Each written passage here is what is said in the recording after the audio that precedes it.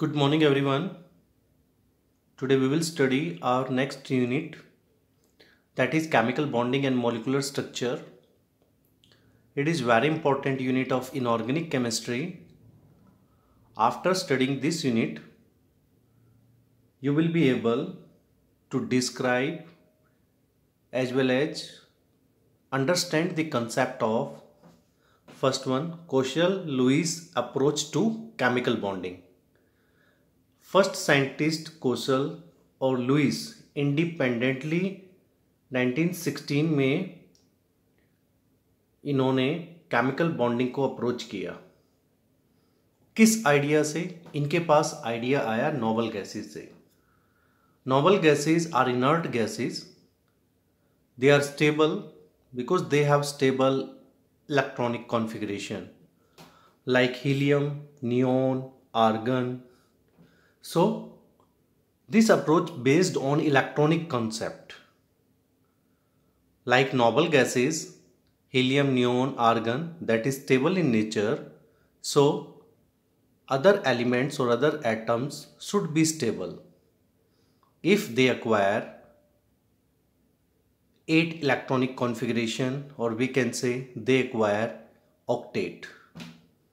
सो Kossel Lewis approach, जिसको आप octet rule भी कह सकते हैं, जो ऑक्टेट रूल है that is based on 8 electron. Octet means 8 electron. तो कोसल और लुइस का जो अप्रोच था वो ऑक्टेट रूल पे डिपेंड करता है कि एक एटम जो है उसके पास अगर 8 इलेक्ट्रॉन है आउटरमोस्ट शेल में, उसके पास ऑर्बिटल्स में उसके ऑर्बिटल्स अगर एक इलेक्ट्रॉन रखते हैं तो उसको स्टेबल होना चाहिए. तो octet rule and it's limitations में हम स्टडी करेंगे ऑक्टेट रूल को, और उसके साथ साथ इसकी कुछ लिमिटेशंस भी होंगी. जैसे कि कुछ केस में ऑक्टेट रूल फेल हो जाता है. मान लीजिए किसी मॉलिक्यूल के पास 8 इलेक्ट्रॉन नहीं है. If they have less than 8 electron, called as electron deficient species, but still it is stable. और किसी केस में 8 से ज़्यादा इलेक्ट्रॉन है, called as electron efficient species, वो भी स्टेबल है. तो उस केस में जो लिमिटेशंस है ऑक्टेट की वो ऑब्जर्व की गई. तो ये कोसल और लुइस का जो कंसेप्ट है वो नोबल गैसेस के आइडिया से आता है. और ऑक्टेट का मीन्स होता है 8 इलेक्ट्रॉन, और डप्टेट होता है 2 इलेक्ट्रॉन, जो कि हीलियम कंप्लीट करता है. क्योंकि हीलियम के पास एक ही शेल होती है, तो हीलियम के केस में हम ऑक्टेट ना कहकर डप्टेट कहेंगे. डप्टेट कंप्लीट करता है कौन? Helium. Next, Lewis structure of simple molecules. Lewis ने डिफाइन किए अपने electron dot representation of some simple molecules like oxygen, ozone O3, ammonia NH3, nitric acid HNO3. तो इस यूनिट में हम उनको डिस्कस करेंगे, ड्रॉ करेंगे लुइस स्ट्रक्चर को. After that different types of bond we will study, like electrovalent bond, that is also known as electron transfer bond, that is formed by the help of electron transfer from one atom to another atom. Electrovalent bond, or simply known as ionic bond, that is present in ionic compound or salt. Second one, covalent bond, the bond which are formed by mutual sharing of electron. You are already familiar with the term covalent bond in case of chemical bonding, in case of carbon and its compound in 10th class. And third important bond, that is known as coordinate bond. We will study one by one. After that, the important theory known as VSEPR theory. V indicate for valence, shell, electron pair repulsion theory and its application. This theory was given by Sidgwick and Powell in 1940. After that, it was improved by Nyholm and Gillespie in 1957. एक बहुत important theory आती है कोसल और Louis approach के बाद, जो कि focus करती है शेप ऑफ मॉलिक्यूल पर, कि मॉलिक्यूल की शेप कैसी होती है, क्यों होती है और उसके पीछे क्या रीजन है। तो लॉन पेयर, बॉन्ड पेयर के बेसिस पर ये थ्योरी बहुत अच्छे से एक्सप्लेन करती है shape of simple molecule. Next, after that modern theory was formulated, that is VBT, valence bond theory, for the formation of chemical bond, observed by Hitler at London in 1927, and after that it was proceeded by Pauling. Yes, Pauling, Linnaeus Pauling. This theory also indicates about the shape of molecule, all molecule mostly on the basis of orbital concept, on the basis of overlapping of orbital concept, that is VBT. We will study in deep. After that, the very important topic of inorganic chemistry, that is hybridization. Hybridization, very best concept which inform about the structure, geometry as well as bond angle of molecules, give more precise data about the molecule structure, geometry, bond angle, about lone pair as well as bond pair. Next modern theory, that is MOT, molecular orbital theory, that is for homonuclear diatomic molecules, given by Hunt and Mulliken in 1932. Hunt और Mulliken ने 1932 में इसको observe किया, formulated किया, and this theory indicate about the bond strength. That is very unique point of this theory, bond strength as well as magnetic nature, like paramagnetic or diamagnetic. We will study the term what is mean by paramagnetic and what is mean by diamagnetic. तो ये theory magnetic nature, bond strength भी molecule के case में observe करती है। Shape और molecule की bond strength as well as magnetic nature को नोटिफाई किया जाता है by MOT. After that the very important concept, that is hydrogen bonding. This bonding was formed by three most electronegative element of periodic table, that is fluorine, oxygen, nitrogen with hydrogen, or we can say greater interaction responsible for the liquid state of molecule generally. तो hydrogen bonding के बारे में आप पढ़ेंगे, इसके types के बारे में पढ़ेंगे, और वाटर, अमोनिया, एसिटिक एसिड और वेरियस अल्कोहल लिक्विड स्टेट में क्यों एग्जिस्ट करते हैं, ये आप इस कंसेप्ट से स्टडी करेंगे। Why water exist in liquid state, why water have high boiling point as compare to other liquid like alcohol. So all these are the contents of the unit chemical bonding and molecular structure.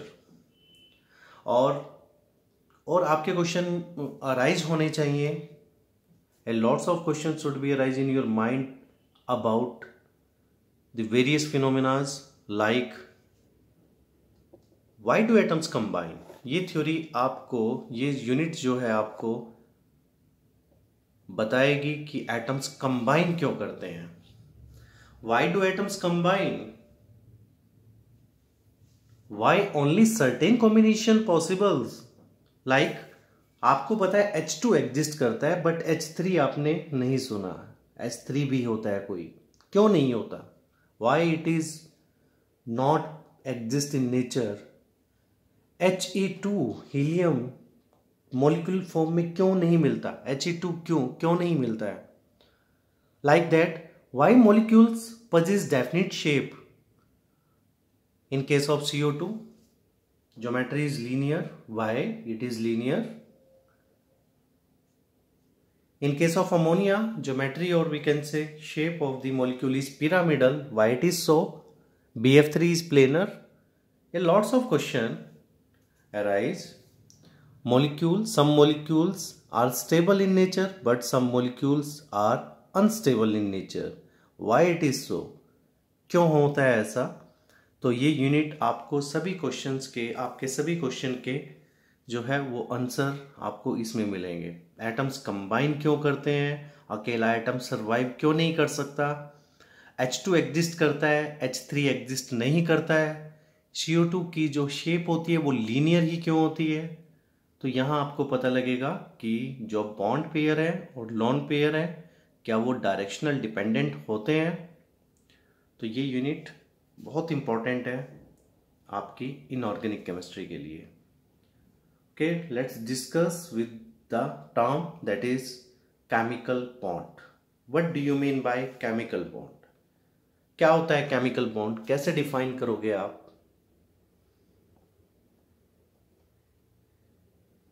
Chemical bond and bond indicate a force, an interaction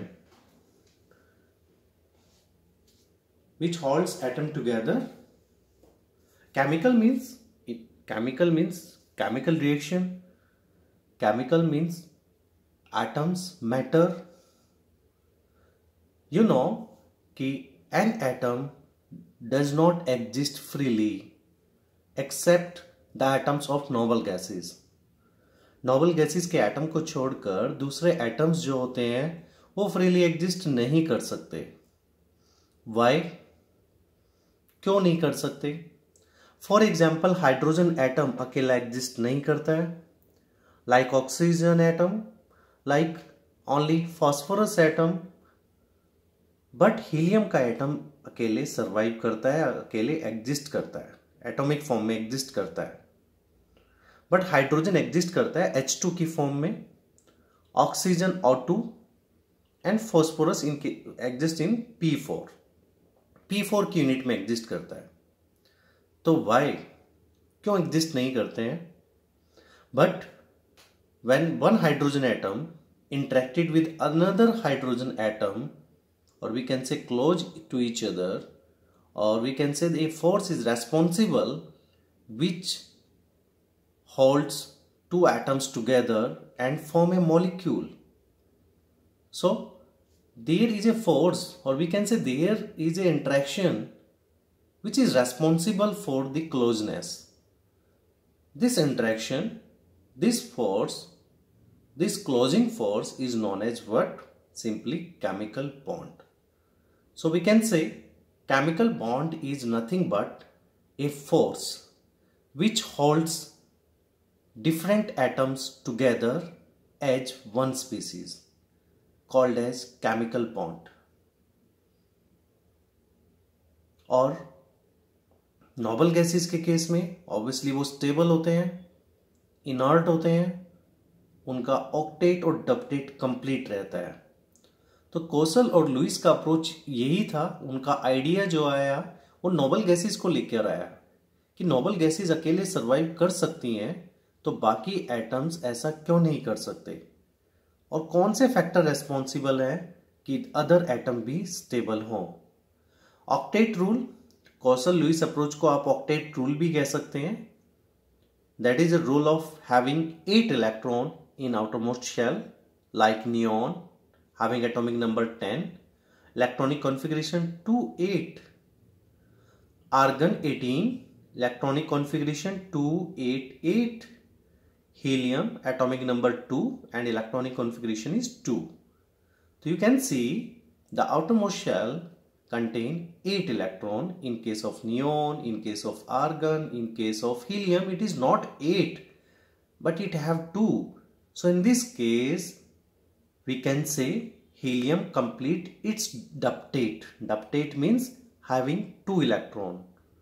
तो Kossel और Lewis के approach के according octet rule जो है एक molecule, एक atom को, एक मॉलिक्यूल को फॉलो करना चाहिए ताकि वो स्टेबिलिटी एक्वायर कर सके. बट हम कुछ एटम्स देखते हैं like fluorine having atomic number 9, electronic configuration 2-7. Fluorine have less 1 electron to complete its octet. Oxygen 2,6 having 2 electron less to complete its octet. Hydrogen 1 electron and have less 1 electron to complete its duplicate.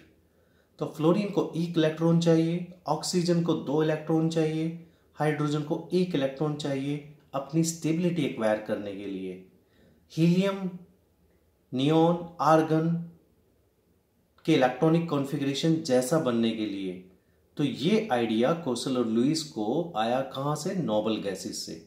तो यहाँ से starting हो जाती है एक chemical bond की, एक chemical interaction की, फिर डिफरेंट थ्योरीज आती हैं और इस कंप्लीट कंसेप्ट को आप आगे पढ़ते जाते हैं।